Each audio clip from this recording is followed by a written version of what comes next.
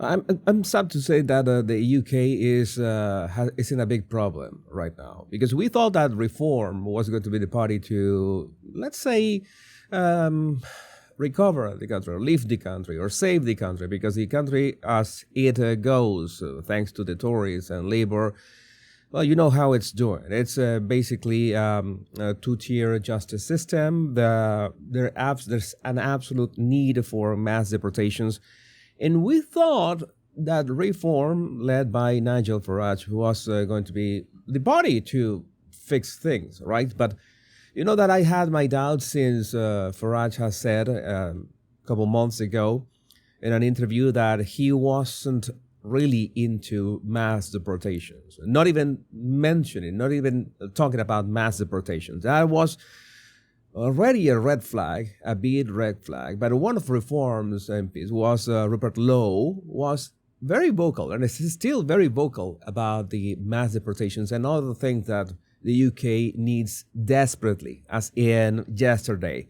And it so happens that, well, Farage and Lowe has had this rift, huge fallout, and Lowe has essentially been banned or deleted. I'm going to just play these declarations by Nigel Farage regarding this rift, and you're going to see both his body language and his words to see what are his true intentions with all that is happening.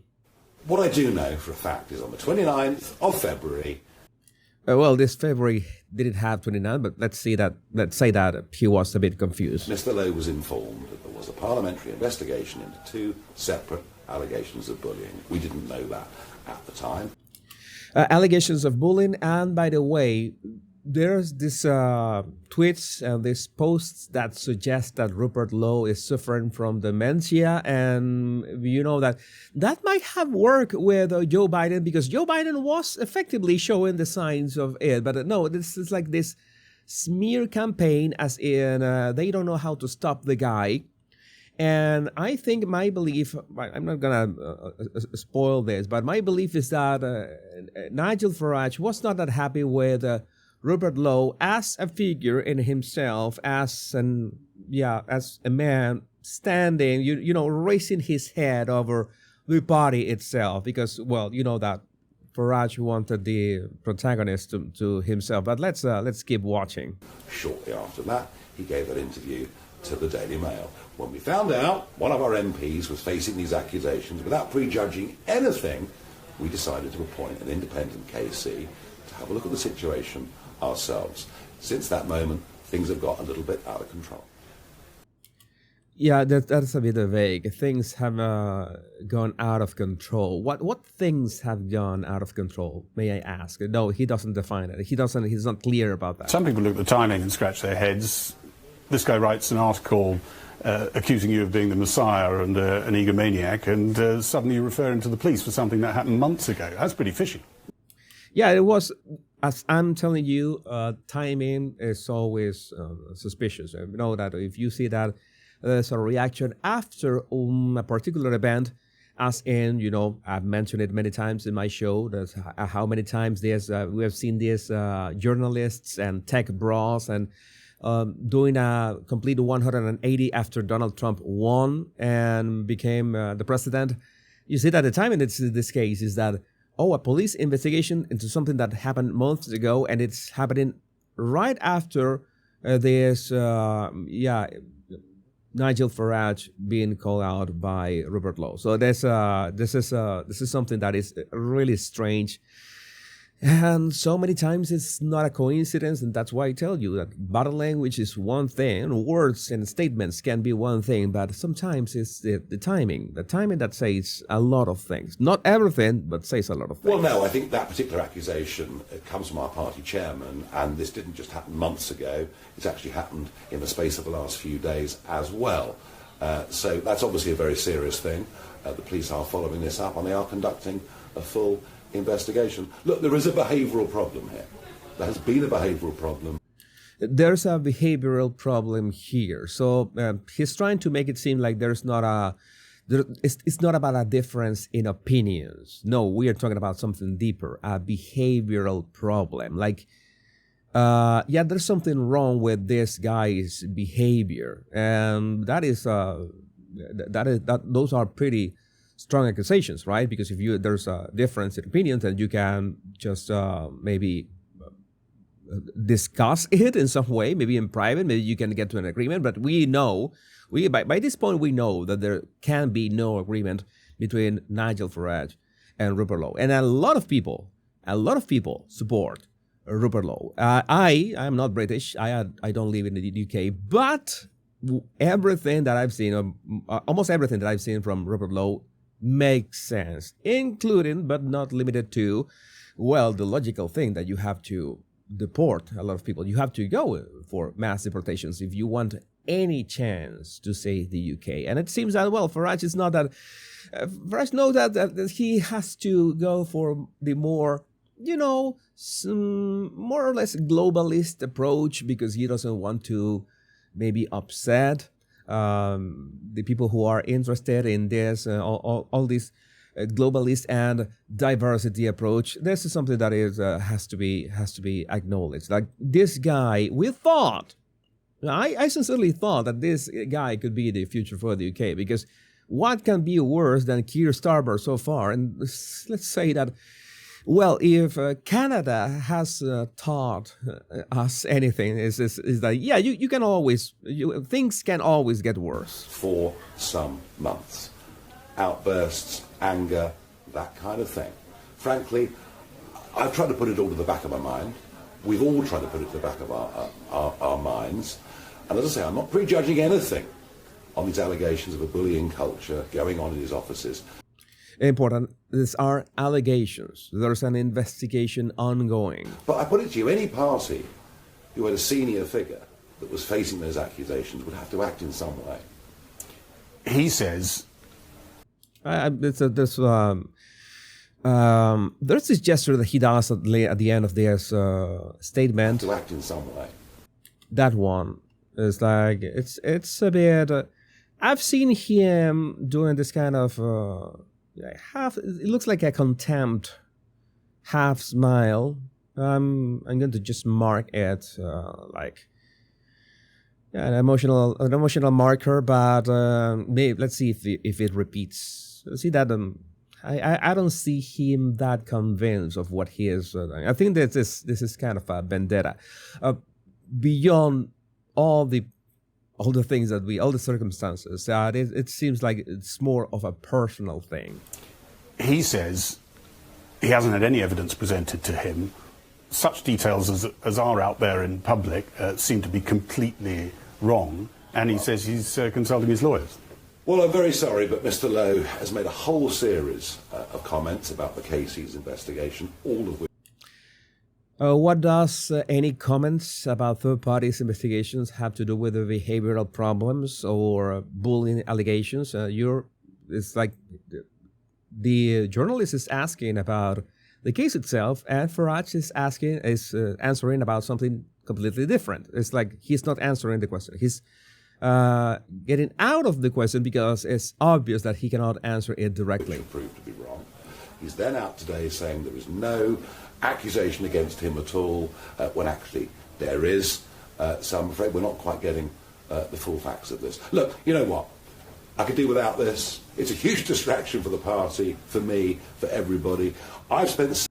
If you could do without this, you would not be really doing this kind of interviews. The answers would be way shorter, would make a lot more sense, and you would be even saying, all right, let's wait until we find out about the investigation and such. But no, it's you have to take action before.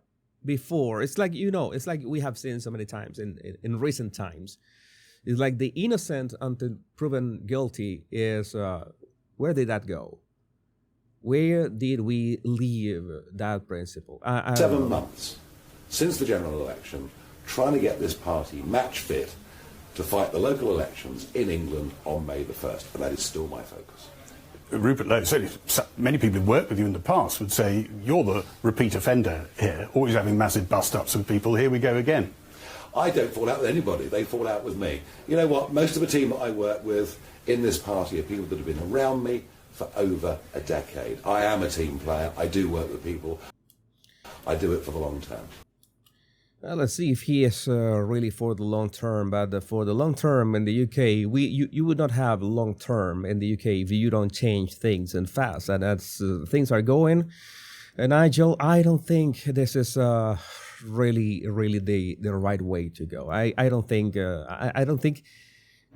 these people are aware of what they are into, what is happening. This is a real invasion, and well, I'm gonna have a couple of words about King Charles at the end of this video. But I have to ask about what's been around this week, that one of your MPs seems to have had a bit of a crack, suggesting that all of it is, you being led as you being the messiah of the party. Well, I'll give you the tip. The only reason there's any Reform MPs is because of this bloke on the screen right now. Let's be honest about that, okay? So tell me about Rupert Lowe and why he's wrong, and has he apologised? And is all of this just the people who hate trying to find a way to break you up? Well, look, he has done some good work as an MP, lots of written questions, a big Twitter X following. But I've been here before. You build something up and somebody else thinks they can do a better job than you. So I think it's no secret he'd like to be leader. He thinks he's going to be the next Prime Minister. He even said to a group of us the other week, I will destroy anyone that gets in my way. Well, I'm sorry, but I'm in the way. Yeah, this is why I tell you that this absolutely sounds like something personal. As in, maybe I would like to, maybe I should take a look at Rupert Lowe as well. But if Rupert Lowe has solid common sense takes, and Rupert Lowe has solid approaches to how the UK can be saved, literally saved, then you should be listening to him instead of just kicking him out. And to have said what he said just 2 weeks before nominations go in for the English County Council local elections, to attempt to spread demoralisation amongst our thousands of volunteers who are out there getting ready, really is a very, very bad thing to do. And also there are some inconsistencies on Farage, and he says that he was never a populist. Farage has then spent years calling himself a populist. Now all of a sudden he has decided he's not a populist. Is it a sign of dementia, or has he decided to go full-blown establishment centrist? There are various types of populist party on the right across Europe. Which one do you look at and think, there's the template, I can do a bit of that? I'm not a populist. Which one do you like? I'm not a populist. I've heard you call yourself a populist. I've realised I'm not. I've realised that's a It was mistake. last week you called yourself a populist. I am not a populist. If you think about the issues that I Are champion... you rebranding in front of our eyes? If you think about the issues that I've championed, they've nearly all been small minority issues. It sounds to me like you're trying to create a little bit of distance between yourself and these parties for understandable political reasons, because some of them are quite scary to No. There's no need. I think that these inconsistencies are, that these inconsistencies, this kind of inconsistencies in a person, especially in a politician, is when they want to be, we have a saying in Spanish that is, you want to be okay with both God and with the devil. And that's the problem. Sometimes you say things that appease to one part of the population or one section of other politicians or your party, and then you say the opposite because you say that there was some kind of backlash. You essentially, or worst of all, this is I wouldn't say exactly that it is worse, but you essentially don't assume a specific position, as it happened in that interview that he said that, he wasn't willing to even talk about mass deportations, because if he said anything about mass deportation, then that's the only thing that was going to be said about him. So I think that this is an ego problem. Not saying that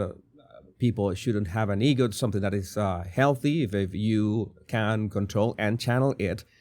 But in this case, the problem is that you don't have much room to maneuver, in the sense that you have how much? 4.5 years still with Keir Starmer? Can you say that you can do real change until then? really make reform a force for good if you are trying to walk an ambiguous line in the middle. You want to label yourself like a centrist, to which we know that, this is not the time for centrism.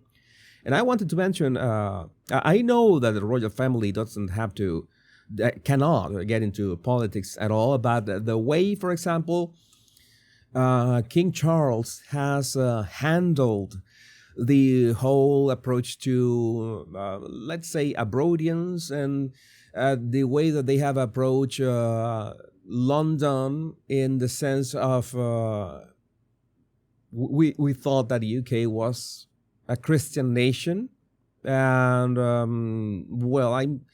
I think that everybody agrees that these are contentious topics. Religion is always a very delicate topic, but it is important at the same time, because this is a byproduct of all that has happened, of that unfettered immigration that the globalists have been pushing on Europe and the UK. And I know I'm sounding like Alex Jones. Oh, the globalists are pushing all this immigration. And yes, they're pushing this for what? It's very simple. It's very simple. They push it for the sake of diluting the identity of countries. And I'm gonna say, you're gonna say, hey, Jesus, but you come from a country that was literally a melting pot. Yeah, but I'm telling you, this is a different thing. I'm telling you, this is a different thing, because it's like the let's say the uninvited guests in all these countries. It's happening the same. They are not assimilating. They are not following the rules, and this is essentially has already been created, a two-tier justice system in which, if you are a minority, you will be treated in a more fairer way than if you are a local. And I'm not making that up. That is already in place. I could look for the resources. And the issue that I see, and that's why I think if reform doesn't get this stuff sorted out, if Nigel Farage doesn't get this sorted out, and for what I see from these clips, it is not going to be sorted out.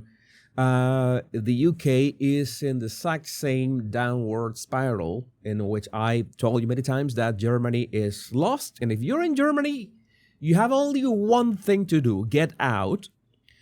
We are approaching really fast. I still had this like 1 week ago, this hopes. Okay, UK still has a chance. I have to be clear with you. That's why you watch my show. That's why you watch my videos. Having watched what is going on inside the Reform Party, having seen these clips, let's say reducing this to a fight between egos and interest and personal interest, and who is going to be the leader, who's going to be in charge, and that is essentially going to nullify the only sliver of chance the UK had to get out of, well, the downward spiral is in. So if this continues, if this is a reality, then I'm sad to announce that no, the UK will not be able to be saved. And it seems that there are too many interests against this, and it's really sad, because the UK is a great country. I am not. I never like to be the one to give the bad news, but one has to sometimes try to be real about things. Okay, you know what the Tories did, you know what Labour did, you have seen what Keir Starmer is doing. It's going to be more than 4 years, it's still more than 4 years left for the UK. And now you see what is going on with reform, and you see that the people talking the common sense are sidelined. I would like to know what you think about this in the comments. Remember to download my free 100 body language tips in the description of this video. My name is Jesus Enrique Rosas. I'm the body language guy. Much love and bliss.